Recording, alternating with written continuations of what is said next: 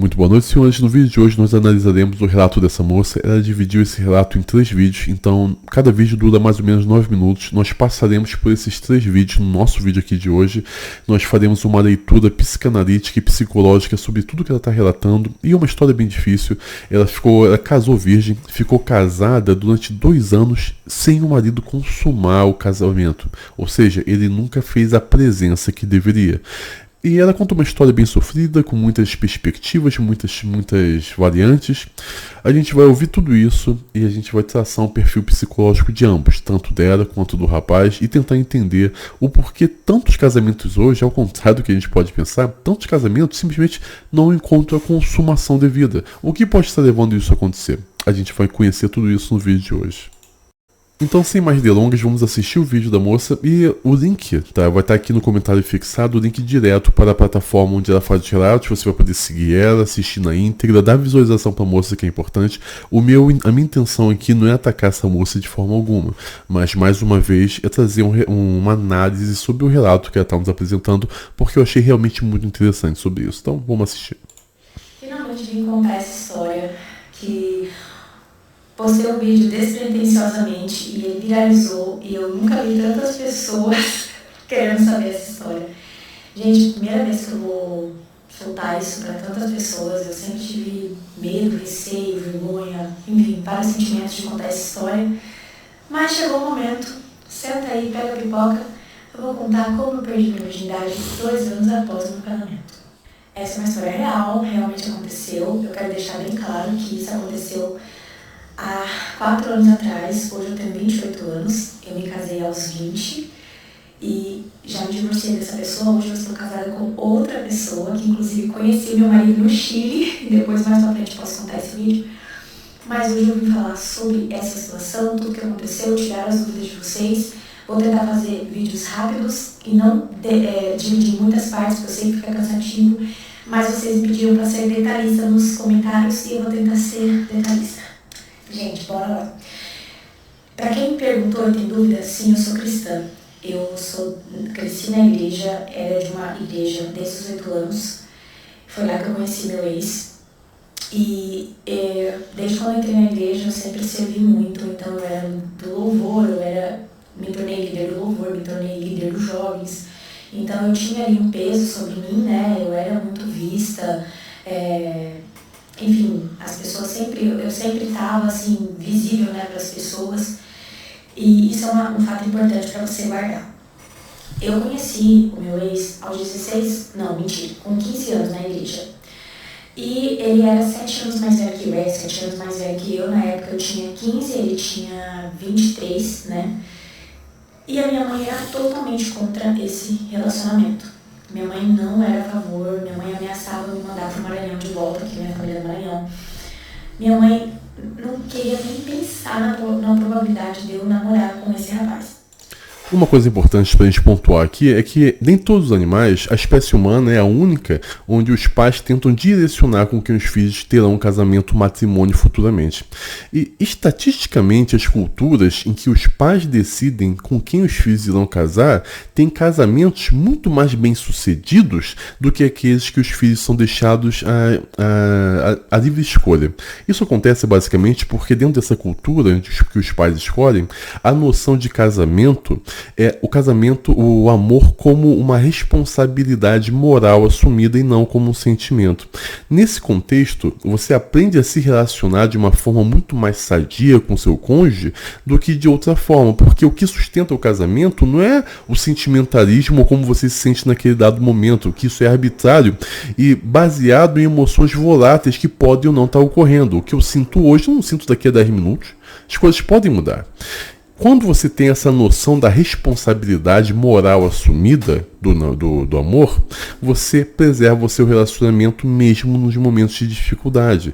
Porque você entende que ainda que o outro naquele momento não mereça ser amado, você tem um compromisso moral com ele, diante de Deus, e você continua casado.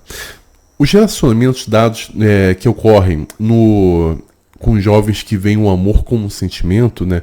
São os casamentos baseados no amor romântico, eles tendem ao fracasso. A ideia toda do amor romântico ele nasceu nas trovas medievais e ele sempre foi encarado como uma tragédia. O amor romântico ele nasceu para dar errado e não para dar certo.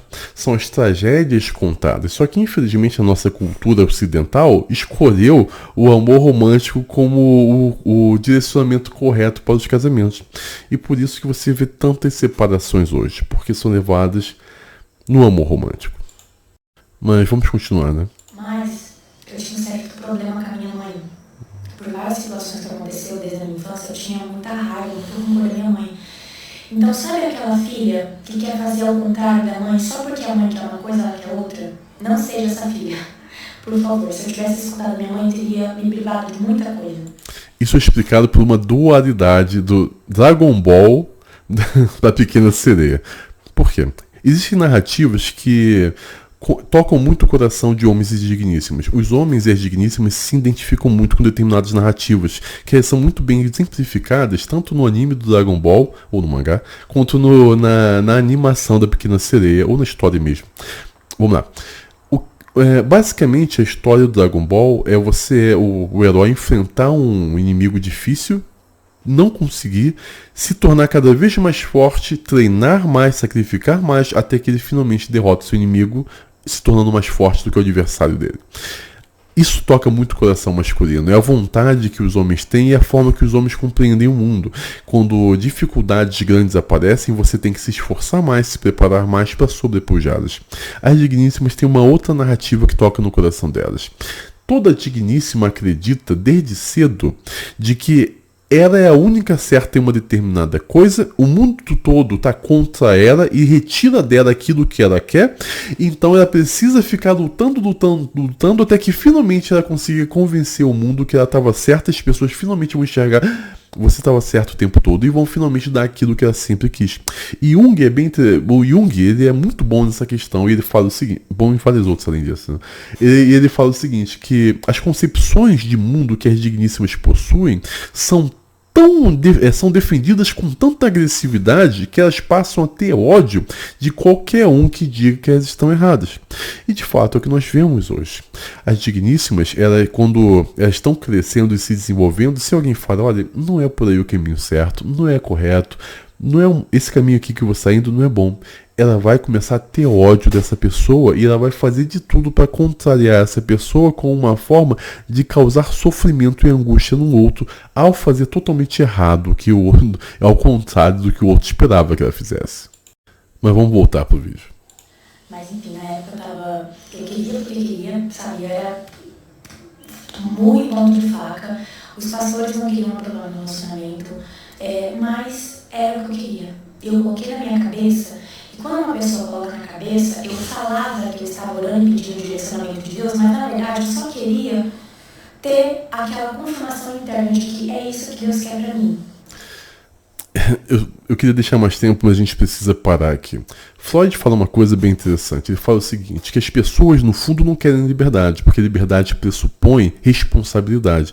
E tudo aquilo que as pessoas buscam fugir é da responsabilidade e responsabilização daquilo que elas fazem. Em uma visão teológica, Deus já estabeleceu muito bem os padrões sobre os quais nós devemos avaliar as questões da nossa vida e poder julgar por nós mesmos. Existe sim a soberania de Deus e existe sim a responsabilidade humana que corre uma ao lado da outra e se encontra no infinito. Então, eu concordo que as pessoas realmente devem pedir direcionamento de Deus para coisas que não são claras sobre o que elas devem fazer ou não. Entretanto, com quem você vai casar, que emprego você vai ter, que casa comprar, se é casa ou apartamento, essas coisas Deus já estabeleceu no seu coração por meio da lei dele do que você tem que seguir. Não adianta você tentar se ver como um menininho que precisa sempre que Deus te pegue pela mão e leve você a fazer as coisas. São as decisões que você tem. Infelizmente, nós vivemos em uma sociedade hoje que é totalmente contra a responsabilização, principalmente entre as digníssimas. E isso cria uma visão patológica, quase não saiu então dessa forma, uma visão patológica sobre o comportamento, em que as pessoas ficam de forma patológica dizendo assim, não, eu estou orando para saber a vontade de Deus. A vontade de Deus já se colocou escrita na palavra. Daí você precisa agora tomar as suas decisões com responsabilidade. Infelizmente, as digníssimas tendem a essa paralisação. Nós já estudamos isso aqui em vídeo. As digníssimas, elas tendem a paralisar para tomar decisões, pois elas não querem se responsabilizar pelas decisões que elas tomam. Então, é uma válvula de escape sem poder falar isso. Estou orando para saber a vontade de Deus. Quando, na verdade, o que se está fazendo com um pano de fundo é deixar a situação ir rolando, empurrando com a barriga até que ela se resolva de uma forma ou de outra e você pode falar, ai meu Deus, por que isso aconteceu? Ué, aconteceu pela sua responsabilidade ou irresponsabilidade de não ter decidido naquilo que é a sua obrigação decidir. Então, você vai ter esse comportamento nas igrejas evangélicas, reformadas, muito presente, e é uma coisa que infantiliza os indivíduos. Nós precisamos ter... Eu não estou falando para você tomar decisões sem consultar, sem orar, não é isso, sempre ore, mas entenda que você tem que tomar suas decisões. Não vai descer um anjo falando para você assim, olha, faça isso. Ou então, se você está num relacionamento horrível, onde está tudo só sofrimento, só tristeza, você vai perguntar, Deus, eu devo ficar ou não nesse relacionamento? Não, as coisas estão muito claras. As coisas, uma moça, eu já fui seminarista, né? E a gente estudou o caso de uma moça que ela chegava e falava o seguinte... eu tenho um namorado maravilhoso, eu quero casar com ele é bom em tudo, ele só tem um defeito. Ele é violento com a mãe. O que eu devo fazer? Devo casar com ele ou não? Então, você entende? É ajudar as pessoas a se responsabilizarem e terem a segurança de tomar decisões por elas mesmas. Não podemos infantilizar o outro sempre tomando decisões por ele. Nós devemos falar, não. Você é capaz de decidir. Então vá, decida para sua vida e arque com as consequências. Vamos voltar aqui. Só que Deus deu vários sinais. Depois eu venho falar para vocês com mais calma quais os sinais que eu recebi do Senhor, caso você também esteja buscando esses sinais. Deus me deu vários sinais. Eu só ignorei todos eles.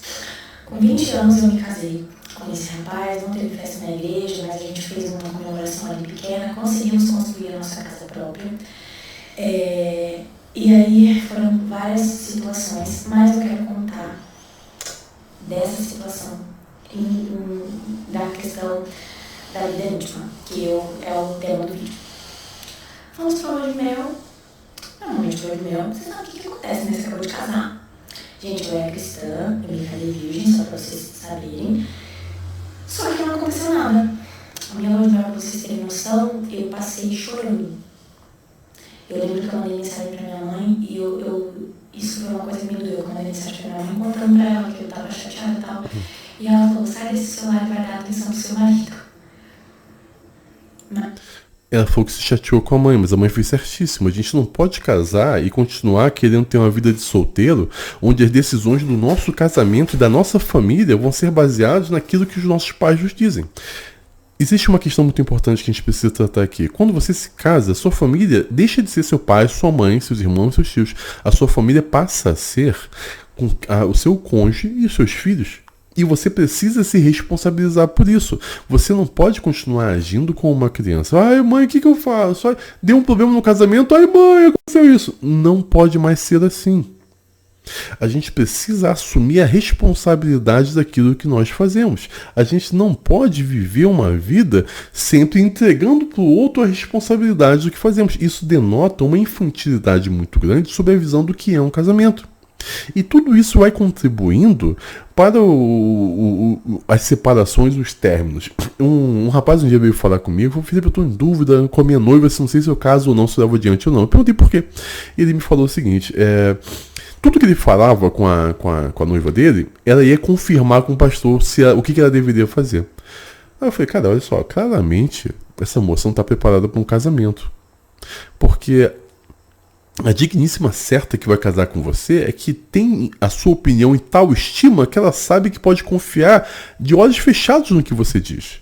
Ela não precisa confrontar a sua opinião com a opinião de nenhuma outra pessoa. Ela sabe que é com você que ela tem que seguir. E ela confia em você para tomar os rumos da vida do casal. Se ela precisa estar sempre perguntando, pastor, e fulano falou isso, eu faço o quê? Você está num ciclo que essa pessoa não confia em você e está deixando muito claro. Mais uma vez, é a maturidade que muitas vezes falta nos nossos relacionamentos e falta nos indivíduos. Isso aqui foi muito errado o que ela fez. E foi feito um estudo bem interessante com mais de 1.000 digníssimas, tentando entender por que essas digníssimas eram casadas, mas elas continuavam virgens em seus casamentos. Elas deram uma série de explicações a isso. Basicamente, uma das maiores explicações que elas davam sobre por que o casamento não tinha sido consumado partia delas. Elas falavam sobre medo de sentir dor na relação. Isso em psicologia é chamado de disperemia, tá? Esse medo paralisante de sentir qualquer tipo de dor. Então elas recusavam qualquer aproximação de intimidade com o seu marido. Existe também uma questão que nós chamamos de vaginismo. Como funciona o órgão da digníssima? Né? Ele é assim, em muitas é desse jeito, mas ele é assim, certo? Ele é dessa forma. E quando a digníssima está tomada por extrema ansiedade ou medo, você causa o que nós chamamos de colabar.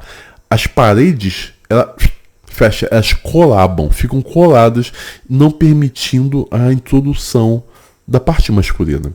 Isso acaba gerando dor nela, mas também pode gerar dor no homem.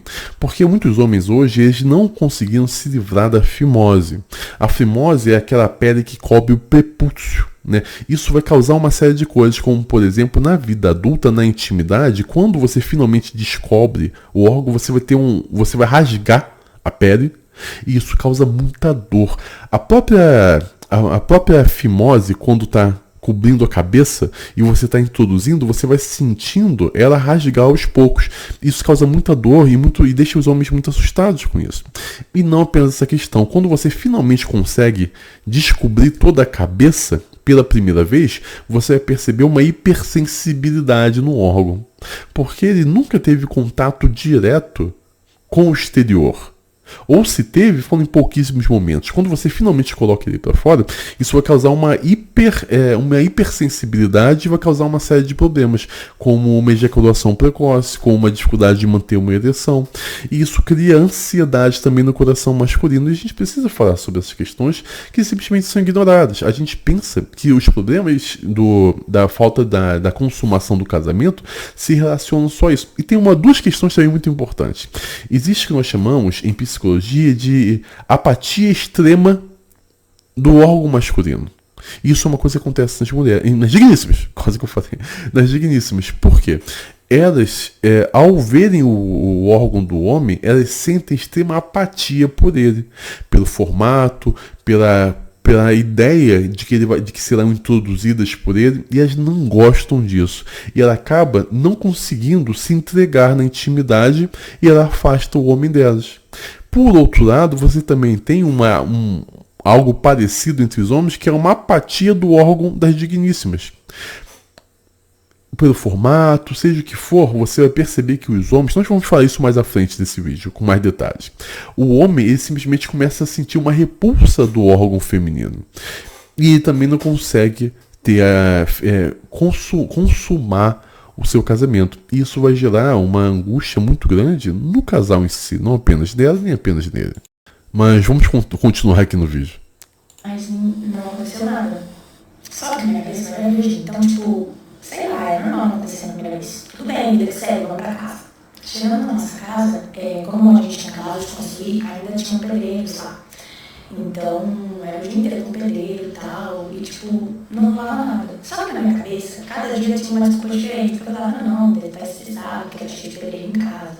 Não, deve estar cansado do trabalho e tal. E eu me lembro uma vez que ele me confidenciou que ele não via a hora de quando a gente assistia um filme, que ele adorava quando eu dormia, porque ele não ia precisar fazer nada. Isso aqui deixa muito claro essa parte que eu falei sobre a repulsa que alguns homens sentem pela parte feminina. O que acontece? A gente precisa entender uma coisa muito importante aqui. A intimidade, ela envolve odores, sabores, texturas, sons, que normalmente quando nós somos jovens e fantasiamos sobre uma intimidade, elas nunca estão presentes. Então, muitas vezes, você vai ter determinados toques, você vai sentir determinados sabores quando você experimenta, né, o corpo do seu cônjuge, que você não está preparado. E uma vez preparado, essas sensações são coisas que você nunca sentiu na vida. Você nunca sentiu antes. Então, frequentemente, isso pode acabar causando em você uma repulsa daquele momento. Você dá uma paralisada. Porque você nunca tinha imaginado que seria dessa forma. Existe uma diferença muito grande entre o que as coisas são e do que nós imaginamos que elas seriam.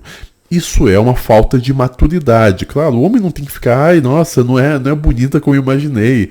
Porque muitas vezes nós vemos em filmes adultos, e é um erro ver filmes adultos por isso também, um determinado perfil de digníssimas que tem tudo muito certinho, muito, muito escondido. Elas fazem cirurgia para isso. Hoje nos Estados Unidos, digníssimas com 9 anos já fazem cirurgias nos seus lábios lá de baixo para deixar eles mais reduzidos e bonitos de acordo com a estética que os homens gostam. Então, quando você vê, muitas vezes a digníssima vai ter algo totalmente diferente do que você estava esperando. Isso pode causar uma repulsa inicial, porque você é imaturo, nunca teve ninguém para te explicar como seria essa vida de casado. Nunca ninguém falou com você o que você deveria esperar. Então, quando você se depara a primeira vez, você acaba se sentindo incomodado. E isso te causa um afastamento da intimidade. Vamos voltar aqui ao vídeo. Para vocês verem, muita gente nos comentários falou que acha que ele é assexuado. Acho que é essa palavra, me perdoe se eu estiver falando errado. Mas, gente, eu acredito que não. Por quê? Porque no nosso namoro, ele dava indícios de que ele queria. Não é uma coisa de tipo, vocês não conversaram sobre isso? Meu Deus, você casou sem saber? Não, gente, a gente conversava, a gente era noivo. Enfim, ele demonstrava que ele era algo. Falar, como eu disse anteriormente, é muito mais fácil. Sabe? Falar não é a realidade. Então é fácil você chegar e falar sobre essas coisas todas, fantasiar com isso, falar com o outro isso. A prática é totalmente diferente e quando a gente não está preparado, causa esses problemas. Mas quando a gente casou, essa vontade simplesmente, não sei, se esvaziou. E com isso, gente, eu não contava pra ninguém. Eu tinha muita vergonha, não falava pra ninguém nessa época. Eu tenho uma prima minha, que ela é muito próxima, foi a prima que acompanhou todo o processo. Inclusive, eu vou deixar o arroba dela aqui embaixo. Ela me acompanhou durante todo o processo. E eu só consegui falar pra ela com clareza quando eu estava próxima de me divorciar. Ela sempre me perguntava, e aí, Isa, como tá? Sabe, prima pergunta as coisas. Eu sempre tive muita vergonha. Ninguém sabia. Nem a minha própria mãe. Eu fui conseguir falar após descobrir a primeira traição virtual. Porque, sim, eu descobri muitas traições virtuais. E isso que me deixava sem entender o motivo. Porque ele falava, caramba, ele não quer fazer nada comigo. Que estou aqui na frente dele. Mas ele tem conversas íntimas com mulheres em jogos online. Eu ficava, cara, isso não faz sentido. E para você estar aí do lado, me explica como uma pessoa que é assexuada, que não tem vontade de fazer nada, não faz nada com você. Mas, gente, desculpa, eu não acredito nessa teoria de que ele é assexuado. Eu vou explicar agora por que isso estava acontecendo. É muito simples. Porque o ato de falar com outras digníssimas é um resgate das fantasias infantis que ele tinha, que não contemplavam a realidade fisiológica, como eu disse anteriormente, dos sabores, texturas, odores, sons. Então, quando ele apenas fala com outras digníssimas, e também tem um fator muito importante, quando ele apenas fala com outra digníssima, além dessas questões não estarem mais presentes, isso se torna satisfatório para ele, não existe a responsabilização de dar prazer para o outro. Porque quando você está diante da sua digníssima, no momento da intimidade, você se sente como um homem obrigado a dar prazer. Tanto é que nós já estudamos isso. O prazer masculino ele está muito na possibilidade da percepção dele de estar conseguindo dar para a digníssima o prazer e satisfação. Então, essa responsabilidade é muito assustadora algumas vezes para os homens. Então, quando ele apenas pode falar sobre aquilo sem ter o compromisso de dar prazer para o outro, tudo se torna mais fácil e tudo se torna mais prazeroso. É porque é uma dissociação com a realidade, com as obrigações.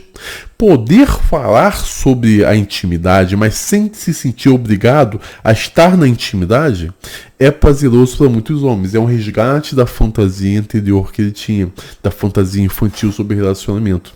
E é por isso que tantos homens preferem falar do que fazer. Mas vamos voltar ao vídeo. Eu não acredito nem mesmo na teoria de que ele talvez não goste da fruta. Desculpa, eu não acredito nessa teoria, né? Eu não sei qual é o problema dele. porque simplesmente, né? Mas enfim, vou seguir aqui o negócio. A gente vivia uma vida de aparência, porque como eu era uma pessoa modelo na igreja, eu estava à frente do louvor, dos jovens e tal, eu estava lá em destaque e eu sabia, tipo assim, passava pela minha cabeça, Isa, é divórcio, né? Mas eu falava, não, eu vou orar, né? E aí eu orava, eu fazia propósito, eu pedia para Deus me ajudar, Deus me mostra, tem alguma coisa errada, me mostra. Deus ia lá e mostrava. Só que eu não queria ver. Gente, doía muito, porque como você sabe que você está casado, as pessoas fazem piadinhas, né? Eu ia para a igreja e toda vez que eu passava mal, de algum problema no estômago, as pessoas sempre falavam, ela tá grávida. E aí eu ficava assim, não tem nem como. E o meu sonho sempre foi ter uma família. Então, dentro de mim, eu ficava, eu nunca vou poder ser mãe, porque se a gente não faz nada, não tem como. E aí eu tive coragem de contar. Para a primeira pessoa que eu tive coragem de contar foi para uma pastora na igreja que eu ia.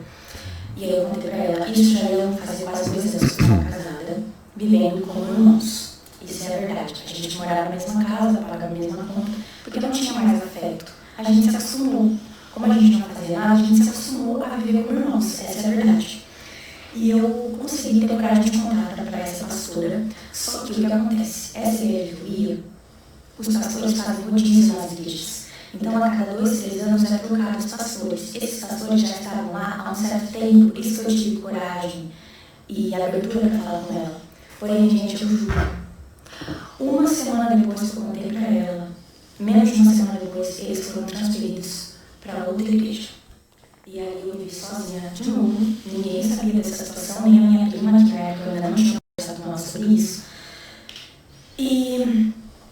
E aí aconteceu que eu descobri a primeira traição. E eu vou contar para vocês como foi que eu descobri isso. Eu fiquei em êxtase. Eu lembro que a gente estava saindo para trabalhar e a gente estava de moto. E, cara, Deus sempre me mostrou. Toda vez que eu estava em dúvida se tinha alguma coisa errada acontecendo, eu falava, Deus me mostra. Nesse dia, meu celular ficou sem internet. E eu estava na garupa da moto dele, da Liz, né, que a gente tinha uma moto. E aí eu falei, mano, empresta seu celular pra mim. E aí ele me emprestou o celular. Gente, eu nunca fazia isso. Mas sabe quando vem de dentro e fala assim, abre o WhatsApp? Eu abri o WhatsApp e eu vi as mensagens. E na hora eu perdi meu chão. Eu acho muito estranho essa questão do WhatsApp pelo seguinte, quando você é infiel, a primeira coisa que você faz é tentar esconder qualquer rastro que demonstre sua infidelidade. O fato de deixar no WhatsApp tão exposto assim, me leva a ponderar algumas questões importantes. O que a gente aprende em psicanálise? Quando você quer ferir o outro, nem sempre o caminho direto é o mais satisfatório para os indivíduos. Muitas vezes, a forma de você ferir o outro é indiretamente. Você vai entender com o exemplo que eu vou te dar. Pega feministas. O que as feministas pregam naturalmente hoje? De que as digníssimas precisam cortar o cabelo, aumentar muito de peso e não se raspar. Por que elas falam isso? É pro bem das digníssimas? Não. Isso é uma forma de você ferir os homens ao privar os homens de ter aquilo que eles querem. Elas sabem, os ideólogos sabem que o desejo feminino, o desejo masculino é digníssimas com cabelo grande, magras e com a pele lisa. Então, quando elas estimulam as digníssimas a ir contra esse padrão, isso é privar o homem de ter a satisfação com ela. Muitas vezes os casais têm algum tipo de briga, algum tipo de dificuldade. Não estou falando aqui que os dois são igualmente culpados, nada disso, mas estou trazendo uma possibilidade. Quando você tem uma briga, tá, e uma das partes está magoada, a forma dela te machucar é impedindo você de ter prazer com ela, de ter satisfação com ela. E o que ela faz? Impede que você tenha intimidade com ela, pois é a forma que ela sabe que vai te privar de ter prazer e vai criar muita angústia. E pelo fato de que você sabe que está machucando o outro tão indiretamente, isso causa muito prazer em você. E você persiste cada vez mais fazendo isso. Então eu acho que essa possibilidade, porque quem Quem é infiel, esconde, não deixa a amostra. Deixar a amostra é uma forma de você levar o outro a se ferir cada vez mais. Mas vamos voltar aqui ao vídeo.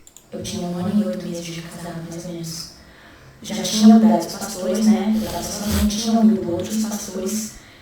E eu me vi sozinha, sem chão, após descobrir a primeira traição. E a segunda parte, eu vou contar o restante da história. Então, vamos para a segunda parte. Parte 2. Parte 2 da minha história.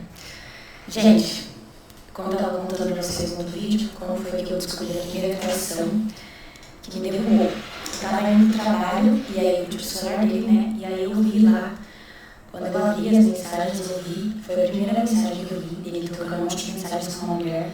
E aí tinha umas palavras que eu não veio ao caso. O que eu fiz rapidamente? Quando eu estava na garupa da moto, estava indo no trabalho, eu encaminhei as mensagens para o meu celular, pelo celular dele, e apaguei, para ele não perceber. Cheguei no serviço com calma, né? Fui ouvir tudo, e era tipo só baixaria. Aí eu fiquei sem chão. Primeira coisa que veio na minha cabeça, eu falei, caramba, o que tá acontecendo, né? Tipo, a pessoa não quer fazer nada comigo. E, gente, eu não tinha problema nenhum, sou essa pessoa, tipo, eu sou tão feia assim, a pessoa não queria nada comigo, eu ficava me perguntando, falando, cara, qual que é o meu problema, né? E o problema não era eu, simplesmente. Eu mandei uma mensagem para a pastora da minha igreja, na igreja que eu era, como eu falei para vocês, lá muda de pastor, né, a cada 2, 3 anos, então eu estava com uma outra pastora, um outro casal de pastores, e eles foram os pastores que mais me acolheram, porque depois, na parte 3, eu vou contar para vocês os pastores de uma parte pesada da minha vida. Mas enfim, cheguei na igreja, ela conversou comigo, eles ligaram pra minha mãe, ela foi lá, contaram a situação, mas ela pegou a traição e tal. Gente, eram coisas muito pesadas nos autos, muito pesadas mesmo. Mas eu acredito que não chegava a ser nada físico. É estranho, porque assim, o que passa na minha cabeça é que ele não conseguia fazer nada presencialmente, e aí na internet ele era ganhão. Porque tudo que eu descobri era na internet, mas com pessoas de muito longe, de outros estados, de outras cidades, tipo, que não era fisicamente, entendeu? E aí a pastora, eu lembro que eles chegaram e falaram assim, Isa, a gente tá com você. O que você decidir, a gente tá com você. Se você quiser se divorciar, tipo, a gente tá com você. Eu me senti acolhida naquele momento. Só que, gente, eu não queria voltar pra casa da minha mãe. E eu sei que isso acontece com muitas meninas. A gente se apega ao que a gente está recebendo, mesmo que sejam migalhas. Porque eu tinha uma casa própria, eu tinha minha liberdade, eu tinha muita coisa. Eu não tinha uma família feliz, mas eu tinha muita coisa. E eu me apegava naquilo. Eu falava, meu, e aí? Eu vou voltar pra casa da minha mãe, eu vou perder minha casa, eu vou perder minha liberdade e tal. E, meu, eu olho hoje e falo, meu, como assim? Se eu pudesse aconselhar meninas hoje, eu falaria, cara, volta pra casa da tua mãe. Não vale a pena. Não vale a pena, de verdade. E essa primeira traição eu decidi perdoar, como todas as outras. Calma que eu vou chegar. Gente, eu sei, eu era muito ingênua. Eu tinha 21 anos, eu ia fazer 22. Deixa eu fazer um ponto aqui importante. Eu sou totalmente contra essa visão que se difundiu na sociedade de hoje de que, não, tenho 21 anos, sou ingênua. Olha só, com 20 anos você já é uma pessoa adulta e madura. Infelizmente, né, nós temos uma ojeriza contra a maturidade e a gente acaba prolongando a juventude muito mais do que deveríamos. Então a gente pensa, eu tenho 21 anos, eu sou tão nova ainda, sou tão novo ainda. Não, não é. Vocês já são adultos, já são responsáveis por vocês mesmos. A vida agora é outra. Só que, infelizmente, nós usamos essa desculpa de que somos novos para prolongar demasiadamente a nossa imaturidade e nos ausentar das nossas responsabilidades da vida adulta. Então é uma visão totalmente errada. A gente acaba nunca adentrando na vida madura que nós deveríamos. E sempre se torna o problema os outros e nunca nós mesmos. Então, 21 anos já é uma pessoa responsável, maduras. Não existe isso de chegar, eu era tão ingênuo. Desculpa. Não é verdade. Isso é tanto para as digníssimas quanto para os homens também, tá? Não estou apenas falando delas nesse momento. Os homens precisam entender. Eu sou um homem de 21 anos. Você não é um menino mais, não é jovem mais. Você não tem que acabar com essa ideia de se ver como jovem. Você é um homem. Eu acho que seria interessante nós falarmos também sobre uma questão aqui, ponderar sobre uma parte importante. Na intimidade oral, né? Quando a digníssima pratica no homem, né? Vocês estão entendendo o que eu estou falando. Nós chamamos de felação. Quando a digníssima introduz nos seus lábios a parte do homem. Quando o homem faz isso na digníssima, nós chamamos de cunilinguea. Cunilinguea. E historicamente a cunilíngua não estava presente nos nossos antepassados. Então por isso, algumas vezes os homens também eles têm dificuldade de se aproximar da parte da digníssima. Porque quando ele vai chegar até aquela parte, ele não está preparado para isso, porque os seus antepassados não faziam. Isso causa um travamento. Porque, mais uma vez, você vai estar tão perto, sabores, odores, que isso muitas vezes vai causar uma repulsa. Uma outra coisa importante é que muitas vezes, quando você está tendo intimidade com a digníssima, pode entrar ar no momento em que você está ali, né, tendo intimidade com ela. E quando você retira, você pode... Eu já vi um rapaz falando, Felipe, a minha digníssima peida quando a gente peida pela parte dela da frente, quando ele está tendo intimidade. Não é isso. É que entra ar. Não está soltando, não está tendo flatulência, gases. É o ar que entrou naquele momento e quando se retira o ar vai sair. Só que ele pode sair fazendo boca de balão. Isso pode causar um barulho, mas não é, sabe? Só que os rapazes, como eles não sabem disso, eles ficam preocupados. Falam, nossa, peidou, meu Deus do céu, o que aconteceu? E acaba sentindo uma necessidade de se afastar emocionalmente do ato. Mas não é isso, tá? Vocês podem ficar tranquilos. Mas muitos homens não gostam de fazer a cunilíngua justamente porque não tivemos isso presente nos nossos antepassados masculinos. Mas vamos voltar ao vídeo. Eu era muito ingênua, que eu falava, não, ele vai mudar, eu vou orar, ele vai mudar, ele me ama, ele vai mudar, vai dar tudo certo. E assim se seguiu, continuou da mesma forma, eu perdoei. E aí o homem, quando você perdoa, ele faz mil coisas pra você. E gente, uma coisa que eu quero deixar claro é que ele era muito bem visto na igreja. Por quê? Ele fazia tudo pra mim. Como ele não me satisfazia nessas questões, ele fazia tudo. Então ele limpava a casa, ele fazia comida, ele me dava tudo que eu pedia. Tipo, ele fazia tudo. E era isso que as pessoas de fora viam. Então, quando eu pedi... Eu já apresentei um estudo mostrando o seguinte. Os homens que assumem tarefas domésticas que são relacionados com as digníssimas, eles de fato têm menos intimidade com as suas esposas. São fatos. Então muitas vezes as digníssimas querem homens, né? Ou escolhem homens por essa possibilidade. Nossa, ele faz tudo em casa. Que cara maravilhoso. Mas esse é justamente o cara que não gosta de se manter presente.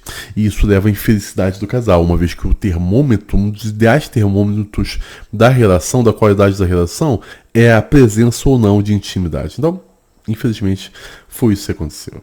O divórcio, quando eu decidi divorciar, para as pessoas foi um choque, porque, meu Deus, ele era um excelente marido, mas ninguém sabe o que eu passei. As pessoas não sabem o que você passa. As pessoas só veem a parte externa.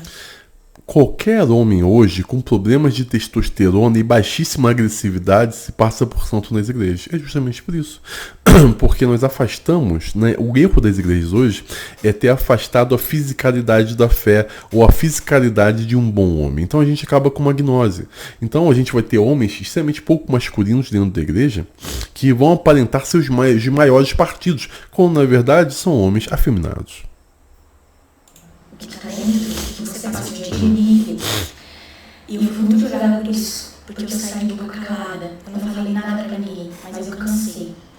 E eu tô expondo aqui, eu tô falando na minha história, o que eu passei, porque eu não acho justo. Eu tenho como ajudar outras pessoas, eu vou ficar calada, com medo do que vão pensar de mim. Se já pensaram tanto, já falaram tanto, sem eu nem estar errada, pois agora eu vou falar mesmo. E aí, permaneceu naquela tá nessa situação, gente. Aí ele abafou o caso, tal. Só que quando você pega uma coisa, você nunca mais é a mesma. Eu sempre, depois disso, eu sempre fui uma pessoa desconfiada. Eu clonava o WhatsApp dele, porque eu morria com ele. E foi através de clonar o WhatsApp dele que eu descobri outras pessoas, outras coisas. Mas o que acontece? Vou pular logo para a parte de quando aconteceu de fato e o que levou a acontecer de fato. Mudou de pastor de novo. E dessa vez veio um pastor que foi a pior parte da minha vida. Aconteceu aí. Esse pastor e essa esposa dele, que na época não era pastora, eles não gostavam de mim. Por quê? Porque eu sempre fui respeitada pelos jovens, eu sempre fui muito respeitada. Eu estava na igreja desde os 18 anos, eu era líder do louvor, eu era líder dos jovens. E a esposa desse pastor, ela ainda não era pastora. Só que os jovens não respeitavam ela da mesma forma que me respeitavam. Teve uma reunião que ele chegou e ele falou até assim: eu quero que você chame a minha mulher de pastora. Tipo assim, ela não era pastora. Mas ele não gostava que eu tava ali, entendeu? Enfim, briga de ego. Esse pastor, eu não lembro como foi que ele disse. Quem diria que isso aconteceria entre digníssimos, né? Ninguém podia imaginar. Descobriram a minha situação. Isso já tinha passado 2 anos. E eu era líder de tudo. E eu vou contar exatamente como aconteceu. Pode chocar você, mas foi isso que aconteceu. Ele chegou em mim e falou assim: isso não pode continuar, porque você é líder dos jovens, você é líder do louvor, isso vai abrir brechas. Então a gente vai te afastar. Enquanto você não resolver essa situação, olha como eles se trataram na minha vida.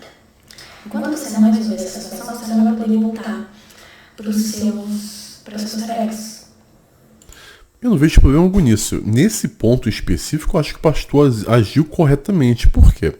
Existe o que nós chamamos de contágio social. Comportamentos, eles são contagiosos. Quando você pega uma pessoa que ocupa cargos de liderança, e eu sou totalmente contra que as digníssimas ocupem, vocês sabem disso, mas aconteceu.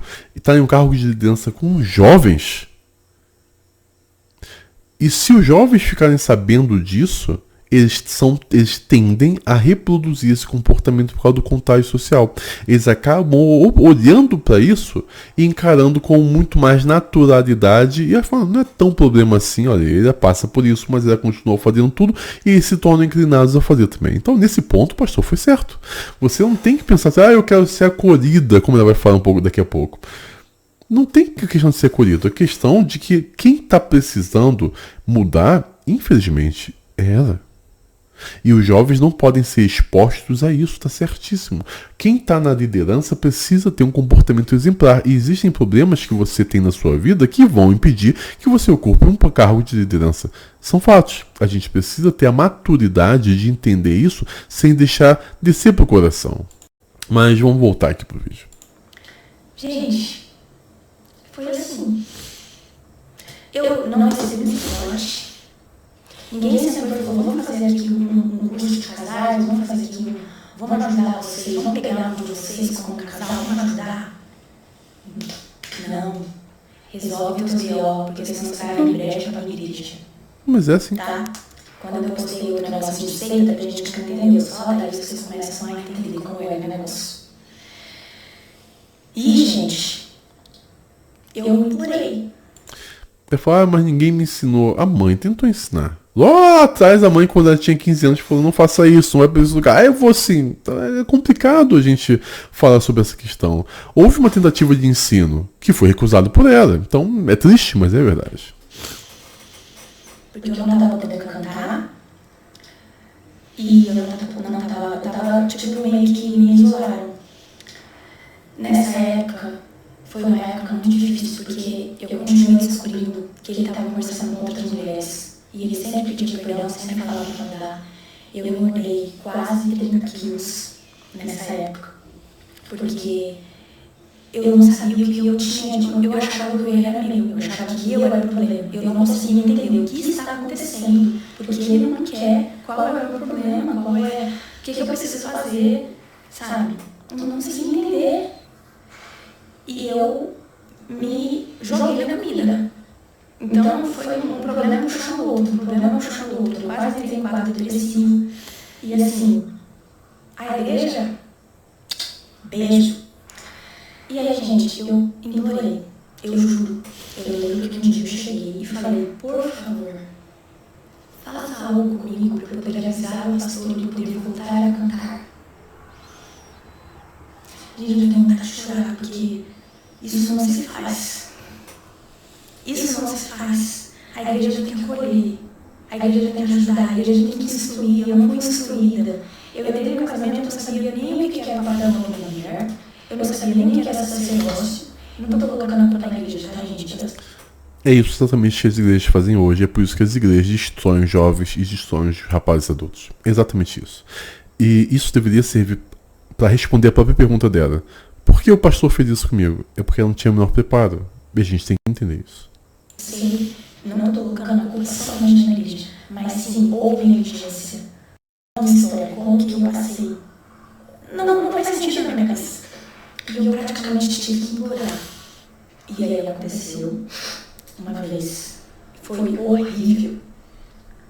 Mas eu lembro que eu saí feliz, porque eu ia poder mandar uma mensagem pro pastor para falar para ele que tinha acontecido, para eu poder voltar a cantar. E as pessoas nem imaginam que isso aconteceu.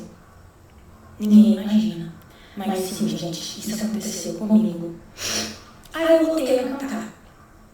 Após passar o relatório pro pastor da minha vida íntima. Calma que a história não acabou. Ainda tem muito pano pra manga.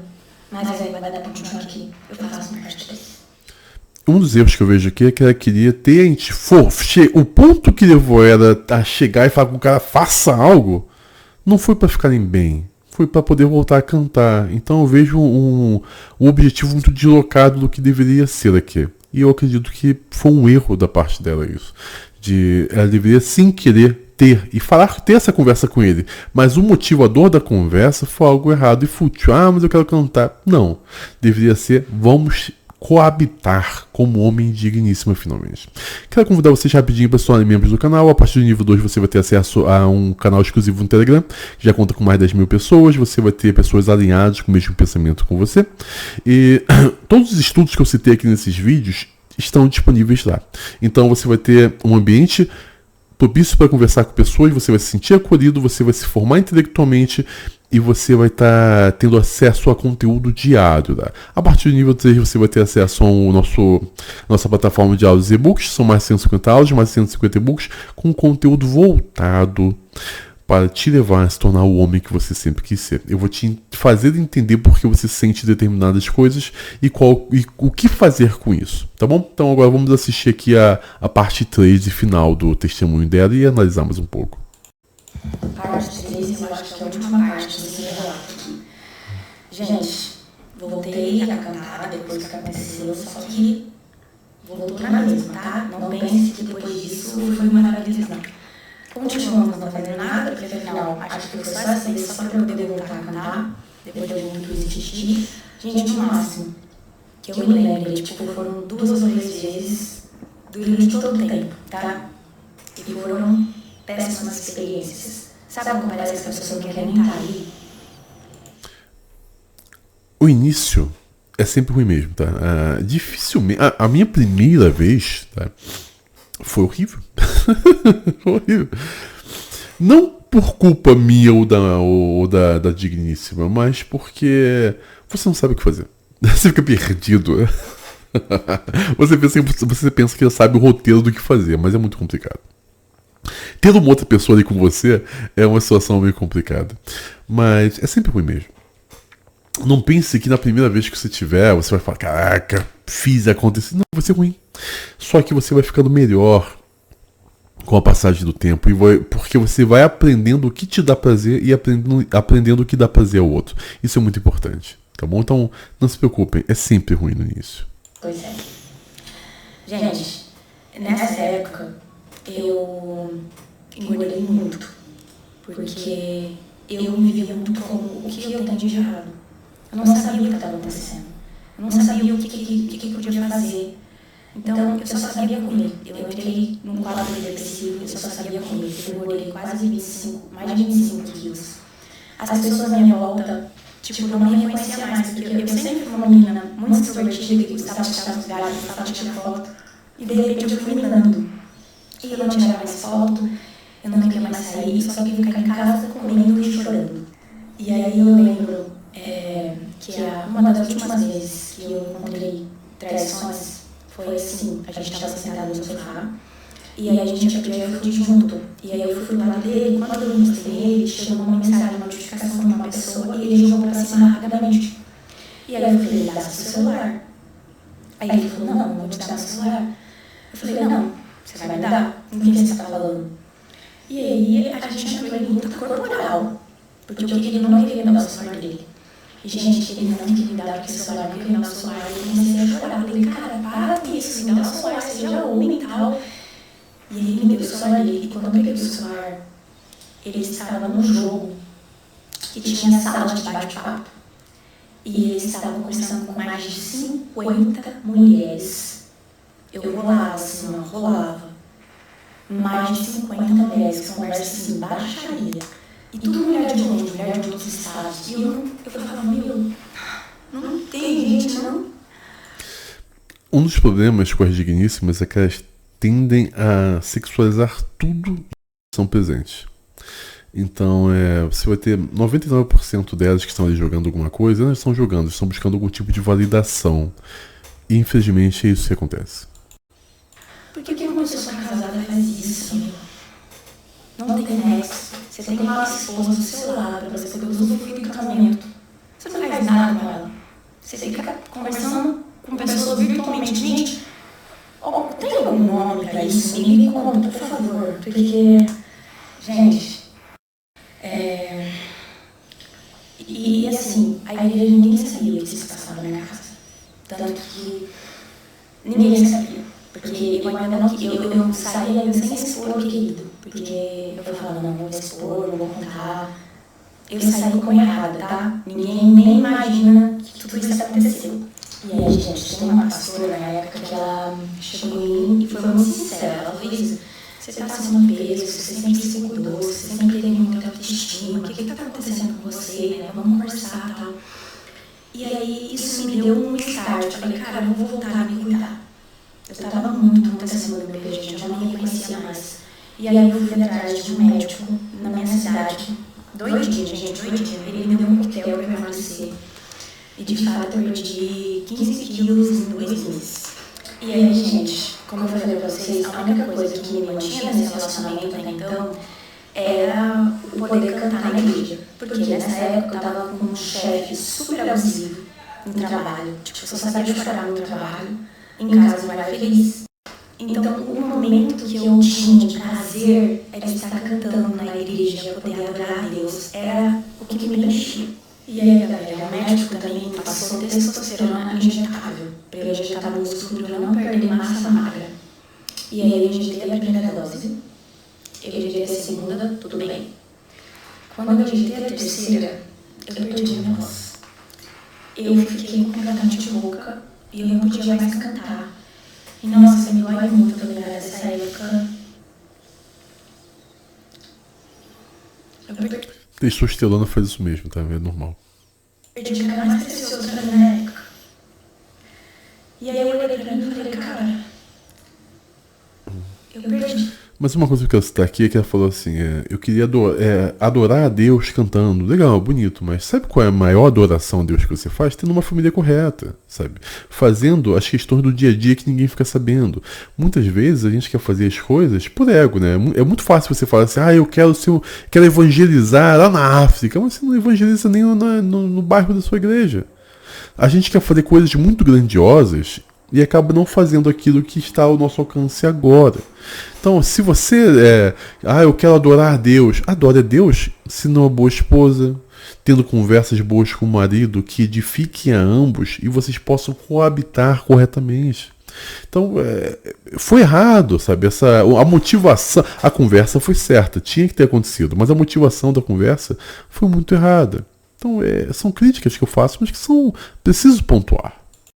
E a única coisa que eu me mantinha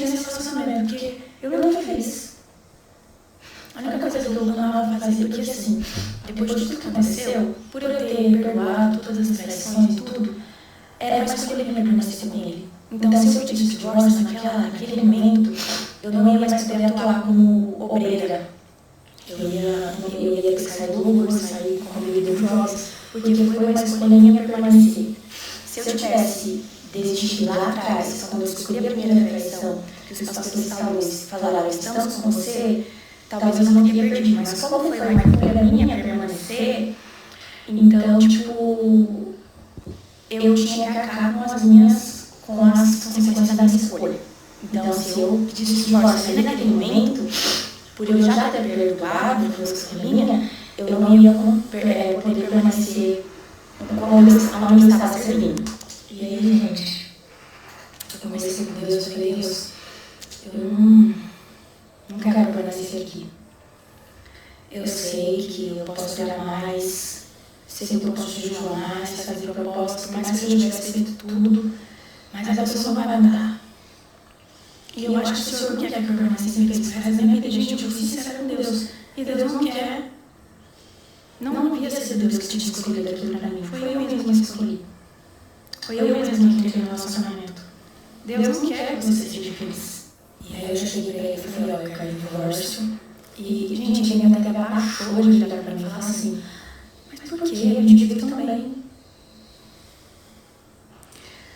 Nem ele, gente. Acho que, eu não sei se passa na cabeça do ser humano. Só que, gente, estava certo do que eu queria. Dessa vez eu não ia desistir. Eu mandei mensagem pra minha mãe, que nessa época estava morando na casa. Eu falei, nessa época, foi a única época que eu contei. Eu contei para 2 pessoas tudo o que aconteceu comigo. Para minha prima, que mora no Maranhão, a Rayana, me acompanhou, sabia de tudo, era a única pessoa. E para minha mãe. Minha mãe ficou sem acreditar.